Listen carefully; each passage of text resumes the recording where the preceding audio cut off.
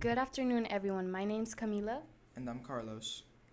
Today, we're going to talk about some of the most famous unsolved mysteries in history. Yeah, starting with one that people have been trying to figure out for over 100 years.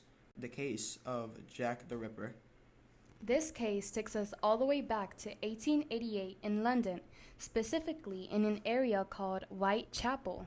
And Whitechapel at the time was known for being extremely poor and overcrowded. A lot of people were struggling to survive, and crime was pretty common in that area. Plus, the streets were dark and poorly lit, which made it easier for someone to commit crimes without being seen. Yeah, and that's part of the killer was able to get away with it. The first victim connected to the case was Mary Ann Nicholas. She was found early in the morning on August 31st, 1888. Her body was discovered in the street, and investigators quickly realized something was very wrong. Her throat had been cut, and there were also serious injuries to her abdomen. Police were shocked by how violent the crime was. At first, they thought it might just be one-time crime. But just about a week later, another woman was murdered very close by. That victim was named Annie Chapman. She was discovered behind a house in Whitechapel on September 8th. And the injuries were very similar to the first victim. So investigators started realizing that this might be a serial killer. One of the things that really disturbed the investigators was that some of the injuries suggested that the killer might have known something about anatomy. Which led to theories that the killer might have been a doctor or someone with medical knowledge.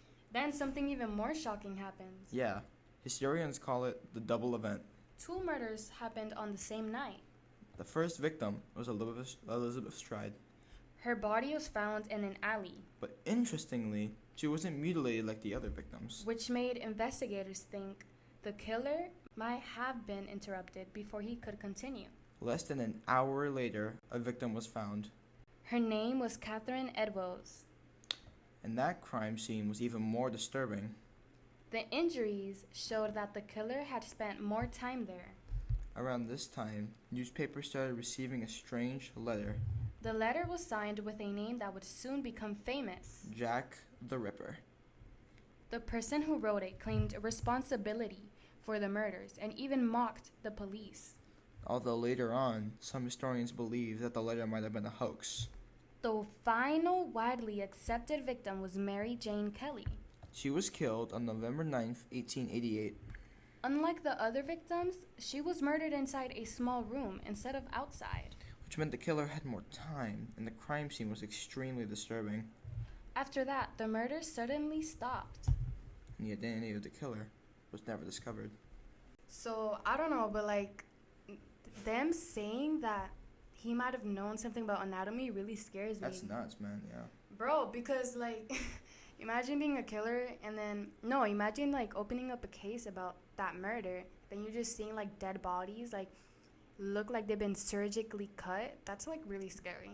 That is pretty freaking scary, yeah. Okay. The thing is, having that knowledge can help, find out who the killer is, because doctors, I'm guessing back then, doctors weren't, a very common, job. So I'm guessing finding someone, that did help, dumb down the suspect list. Yeah, I totally agree. But next on, we're going to be talking about the Zodiac killer. And what's interesting is that Jack the Ripper isn't the only killer whose identity was never found. Yeah, another famous example is the Zodiac killer. This case happened in late 1960s in Northern California. What makes this case really creepy is that the killer actually contacted the media himself. He sent letters to newspapers talking about the crimes. And inside some of those letters were coded messages. Basically, puzzles that were public and police tried to solve. Some of them were solved years later. But a few of them still haven't been cracked to this day. The killer also uses a symbol that looks like a crosshair. Which became known as the zodiac symbol. And the killer seemed to enjoy scaring people and challenging the police. Even after decades of investigation, no one has been officially confirmed as Zodiac the killer.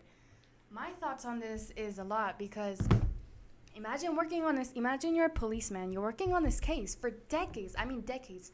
Spending your time, your money, your energy on a case. Then at the end, there's no evidence or lead to who can be the Zodiac killer. That would be a waste of time. And the best part, or no, not the best part, the worst part is that, like, he's literally, like, taunting them in the media. He's saying, Exactly. "Oh, I'm right here. Ooh, I'm right here."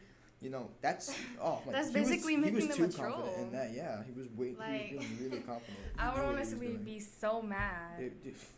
Mad. I'd be terrified. God. Yeah. Okay. The last case we're going to talk about is just as different, but just as mysterious. This one shocked people all over the United States. Yeah, I think you might have heard about this case. It's the case of John Bennett Ramsey. She was a 6-year-old girl who lived in Boulder, Colorado. In 1996, her parents reported her missing after finding a ransom note in their house. But later that day, her body was sadly discovered in the basement. That case quickly became one of the most talked about investigations in the country. Investigators looked into many different possibilities. Some believed someone might have broken into the house. Others believe someone inside the house might have known more about what happened. Even with newer DNA testing years later, the case has never been completely solved. That's really sad. And I'm like, yeah, it was a Imagine your 6-year-old 6-year-old daughter going missing. And You report her missing, like, oh she's my dead. God. She's dead not even a few minutes later. Okay, imagine your 6-year-old like daughter going missing. You're freaking out because of your parents. Because like obviously, when you're a parent, you're obviously gonna be worried about the kids. Like that's your child that you raised up with. You're obviously gonna have emotional love for them. Yeah. That's always gonna be normal as a family. And as you report her missing, next thing you know, the exact same day, her body was discovered in the basement. That's so crazy. In your own basement, God. But horrid. I feel like my theory is that if your daughter went missing, wouldn't you check all over the house? That's true. Yeah. Wait. Actually, yeah, Especially you make a the good point. basement. In the basement, especially. Yeah. Like That's a really good it's point. a little actually. girl. Like they could go anywhere, especially since you're at a young age. Like normally young kids, they run explore around. everywhere. Like they want to try new things, especially when you're like a little baby. It's kind of like when you're picking up toys and you're just straight up putting them in your mouth. That's because like you want to explore new 6-year-olds things. don't do that. They're like they have a little bit of consciousness. They're not like the baby. They're not that. Yeah, but that's just a pure example. Like Yeah. not checking the house, and especially since your child was in a basement, wouldn't you like smell the feces? You'd smell something. Yeah. Like it's a dead body in a basement. That's crazy. I would honestly like, I don't know. I wouldn't say like the parents did it or anything because there's no But they possible could have done evidence for that. something. But there's a small chance that they could have done something because why haven't you checked all over the house? Yeah. And especially with new DNA testing later, the case has never been solved. That's really crazy. Like imagine waiting years for technology to finally arise and then there's no And there's like still possible nothing. evidence. There's like no possible evidence for you to solve your daughter's case. That's really sad. Yeah.